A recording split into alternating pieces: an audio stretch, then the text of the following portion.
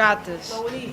Lately, Gabriel's been getting sent to detention for arriving at school reeking of gunpowder, gasoline, oil, and brimstone. However, when asked by his guidance counselor what has happened to him like clockwork, he always replies, "Pledge allegiance to the flag, United States of America, and to the republic for which it stands." Gabriel, it is always interrupted before he can finish, so he mutters the rest of it to himself quietly. See, Gabriel's always been a bit different that way.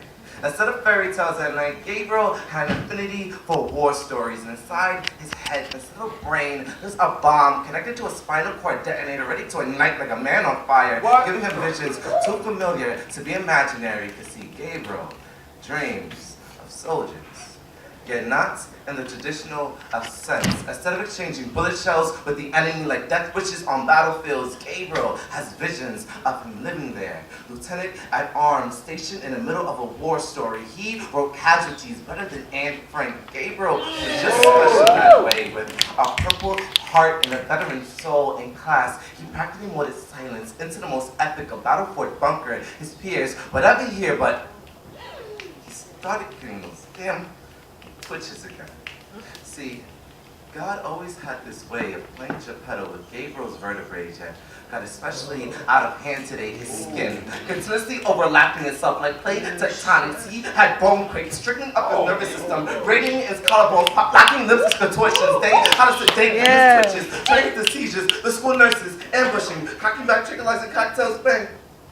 Whoa. As Gabriel lifted his eyelids, he found himself caught in a web, a white cushioned wall strapped to a bed and stuck in a body far too large for a 10-year-old to possibly belong. Gabriel started screaming, "Help me, help me!" Summoning a single nurse turned soldier who simply looks him over and calmly says, "Please, relax, Lieutenant." Suddenly memories began to explode on the battlefield of his mind like bombs over Baghdad. Gabriel was a soldier with a purple heart pendant in a 10-year-old soul that doctors diagnosed as a coping mechanism he often retreats to inside that bomb he has for a brain, trying to stake visions of war battles he's forced to replay, because in reality, soldiers not credited for their stories but for their casualty. He should have just died back there, because when trying to conform oneself back to a civilian's life in the cubicle, how they really expect you to type when you're dealing with post-traumatic stress and you have a child living within your head. They don't understand how bed sheets can remind you of white flags. Sleeping is a form of surrender. So please, let me go.